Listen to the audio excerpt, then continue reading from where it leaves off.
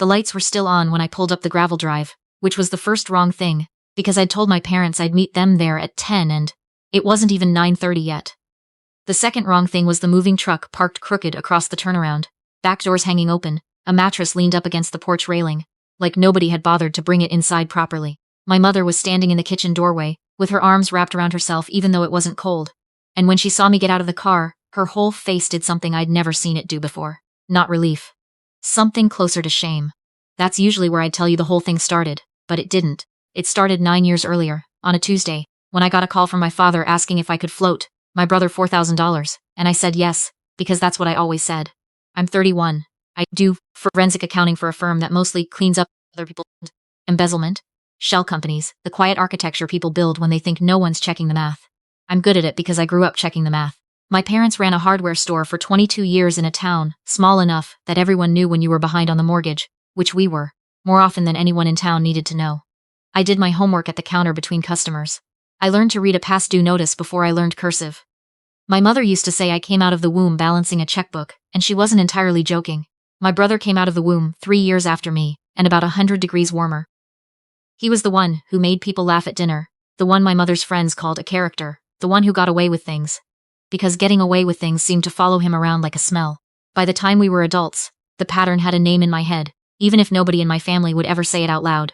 I paid, he spent, and our parents smoothed it all over so the piece could hold one more year. I covered his rent the year his restaurant idea folded. I covered the down payment on the truck he needed for a job he quit 5 months later. I paid off the credit card his wife ran up buying furniture for an apartment they lost anyway. When their daughter needed braces, I paid for that too, and when I did the math, because I always do the math, I realized I had put more than $60,000 into my brother's life over 8 years, quietly, one transfer at a time, never once asked to be paid back, never once expecting to be. I told myself it was what family did. I told myself a lot of things. My parents, for their part, gave what they could, which mostly wasn't money. It was cover. My mother would show up with grocery bags and call it just picking up a few things since I was already at the store. My father let my brother borrow his tools and his truck and his good name at the bank, and none of it ever seemed to add up to anything except more debt landing eventually on me. The family line, repeated so often it had worn smooth like a stone, was, "You know how your brother is," not, "Everyone's built like you."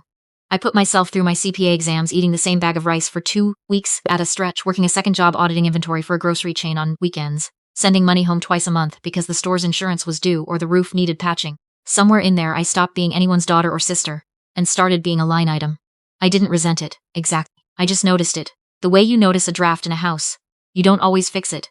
You just learn to keep a sweater by the door. This past spring, my parents hit 45 years of marriage, and my father's back had finally given out enough that the store had to be sold. They moved into a rental 2 towns over, a place with thin walls and a landlord who didn't return calls, and every time I visited, I watched something in both of them get smaller. My mother's family had owned an apple orchard 3 generations back, before it got sold off piece by piece during a bad decade, and she used to talk about it the way some people talk about a person they lost. Not often, but with a catch in her voice when she did. I found 60 acres of it for sale that spring. Not the whole original spread, but a real chunk of it, with the old farmhouse still standing, white clapboard gone silver gray, a wraparound porch, 300 apple trees that hadn't been pruned in years but were still, according to the inspectors, stubbornly alive. It needed work. I didn't care. I closed on it in 11 weeks, put the deed into an irrevocable trust, naming my parents as the sole lifetime beneficiaries, set up a maintenance account to cover taxes and repairs for the next 20 years, and told absolutely no one except the 2 of them. A week before the anniversary, when I drove them out to see it. My mother cried before we even got out of the car. My father walked the porch boards like he was testing whether the whole thing was real, pressing his palm flat against the railing, and when he finally spoke, his voice came out thick and small. "This is ours?" he asked, like the sentence itself was too large to say normally. "Forever," I told him. "Nobody can take it. It's in a trust. It's yours." We spent that whole afternoon walking the orchard rows, my mother naming varieties she remembered from childhood, my father already talking about a workbench in the barn. I told no one else. Not my brother. Especially not my brother, because I already knew, the way you know weather is coming from the color of the sky, that if he found out too soon, he'd find a way to make it about him. I stayed that first night in the farmhouse, sleeping on a fold-out cot in the front room, to make sure the old furnace held through till morning. It did. I drove back to the city before dawn, to make a 9 a.m. deposition, feeling, for the first time in longer than I could remember, it's like something in my chest had finally unclenched. That lasted 4 days. My mother posted one photo, just one, the 2 of them on the porch at sunset, my father's arm around her shoulders, the orchard rose fading gold behind them. She didn't tag the location, she didn't need to. My brother called her that same night, asking where that picture was taken.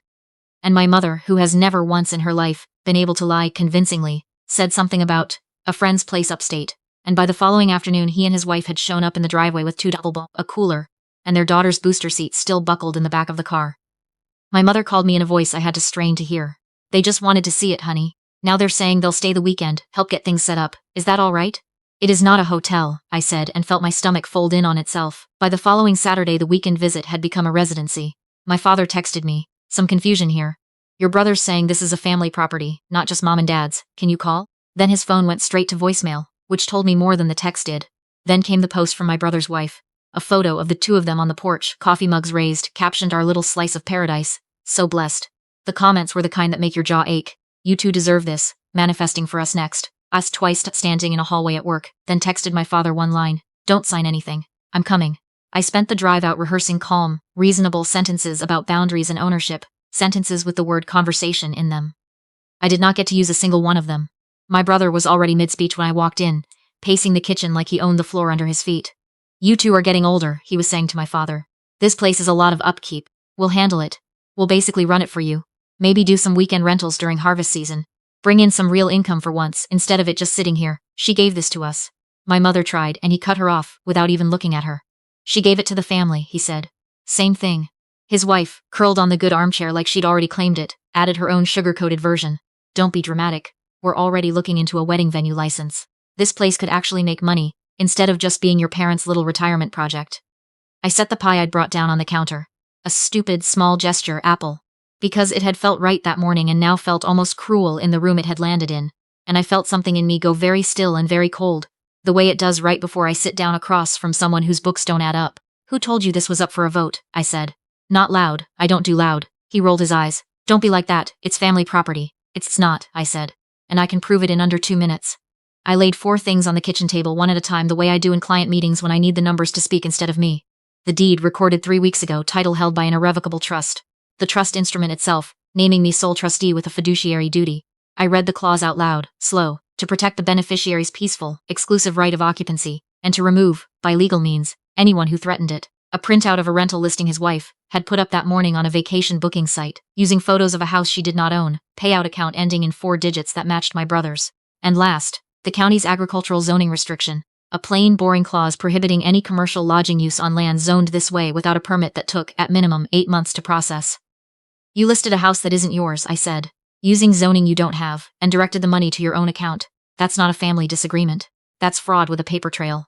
His face did something complicated, anger trying to cover the moment it slipped into fear. You'd really do that to your own brother? I'd really do that to protect our parents, I said. You've had my help for 9 years. This is the first thing I've ever refused you, and it's not up for negotiation. His wife stood up fast enough that the chair scraped. This is insane. He can use the money. You can afford to just give things away. Must be nice. Some of us actually need help. I helped, I said. For 9 years I helped. This isn't help. This is you moving into my parents' home and telling my father he's too old to live in it. I turned to my father, whose hands were shaking that particular way they do when he's trying not raise a voice. Dad, do you want them to leave? He looked at his own hands for a second before he answered, and when he did, it came out steadier than I expected. Yes. Then it's decided, I said, and I picked my phone up off the table. Screen already showing a drafted email to the property's insurance carrier, and a text thread with the security consultant. An off-duty state trooper I'd hired 2 days earlier, the moment I heard the word moving in, currently parked at the end of the drive, waiting on my go-ahead. My brother's bravado cracked visibly, like ice under weight. You're bluffing.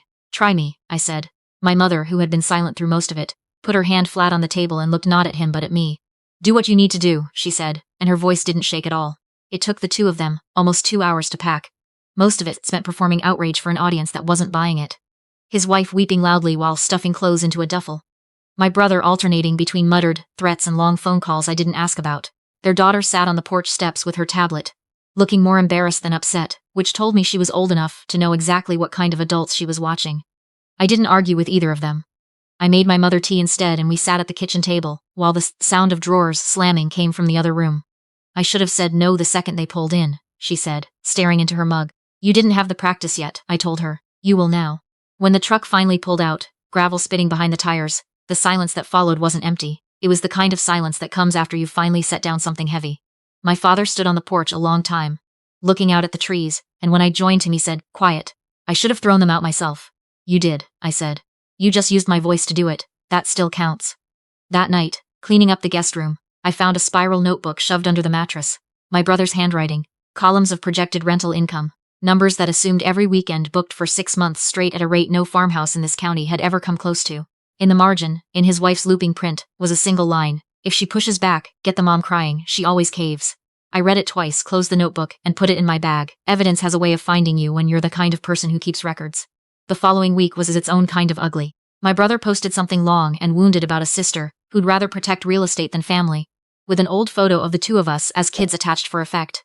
His wife shared an article about elder financial exploitation with no caption, which would have been almost funny if it hadn't made 3 cousins I hadn't spoken to in years start texting me with careful, concerned little check-ins. I wrote exactly one response. An email to both of them, copying our parents' financial advisor, polite and entirely without heat.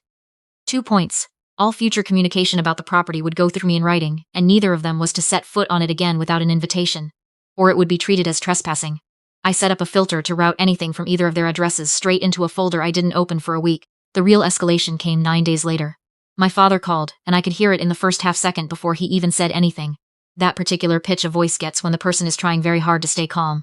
"They're back," he said. "They've got some kind of paper. They're saying we signed something." I'd half expected this. "Don't open the door," I told him. "Lock it. I'm handling it right now." I pulled up the porch camera on my phone from my desk at work.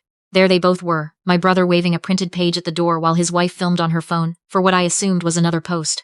I zoomed in on the signature line. It didn't take a forensics degree. I have one, but it didn't take one, to see the forgery. My father's actual signature has a hitch in the capital letter from an old injury to his hand. This one didn't. I sent them both a screenshot of the forged page next to a real signed document, side by side, along with a single sentence. "This is felony forgery in this state, and I've already reported it. The sheriff's department is aware and a deputy is en route." Their car was gone in under 2 minutes. That was the last I heard from either of them for a long time. Whatever line they thought they hadn't crossed yet, that one they understood. I drove out again 2 weekends later, no emergency this time, just a visit. I fixed a hinge on the porch door that had been sticking since the day we moved in. My father and I hung a bird feeder off the eave, arguing pleasantly about the correct height to keep it out of squirrel range, which we did not achieve. My mother made pancakes and we ate them out on the porch, watching 2 deer pick their way along the tree line at the edge of the orchard. And nobody mentioned my brother once. His absence in that house wasn't a hole. It was the first clean air the place had had. After breakfast, my mother put her hand over mine on the table. "I'm going to call him," she said, and something in my chest tightened before she finished. "Not to make up. To tell him what he did was wrong and that until he can say sorry to your father, and to you, he isn't welcome here." My father cleared his throat looking out at the trees instead of at either of us. "I taught you both to work hard," he said. "I never taught him how to hear the word no. That's on me too." "You taught me plenty," I said. "I'm just finally learning the difference between being loyal to this family and being loyal to whatever he wants that week." We sat with that a while, the coffee going lukewarm, the trees moving a little in the wind the way they do right before harvest, when the whole orchard seems to hold its breath. My mother reached over at one point and picked a stray leaf out of my hair without a word, the way she used to, when I was 7, and it undid me more than anything that had happened in the 2 weeks before it. I drove back to the city that evening with the windows down the whole way. No particular reason, just wanting the air. Somewhere past the county line, my phone buzzed with a text from an unknown number, my brother's. From a new phone, apparently. "I'm sorry," it said. I didn't know how else to ask for help. I didn't answer right away. I'm still not sure I will. Not until the apology comes with fewer excuses attached to it. But I saved the message, the same instinct that makes me keep every receipt, every ledger line, every piece of paper, that tells the truth about what actually happened. The orchard's first real harvest under my parents' hands came in that October. Not a big one. The tree still recovering from years of neglect. But real, bushels of apples my mother pressed into cider on the back porch, with a hand-crank press she found at an estate sale, laughing every time it jammed. I drove out for it, and standing in that kitchen, watching her ladle cider into jars, while my father labeled them in handwriting that had finally stopped shaking, I understood something I hadn't let myself understand, while I was busy paying everyone's bills for 9 years. Love isn't measured by what you're willing to give away without limit. It's measured by what you're willing to protect. I'd spent almost a decade thinking the first one was enough. It never was. It took a locked door, a forged signature, and one very good pie going stale on a kitchen counter to teach me the second.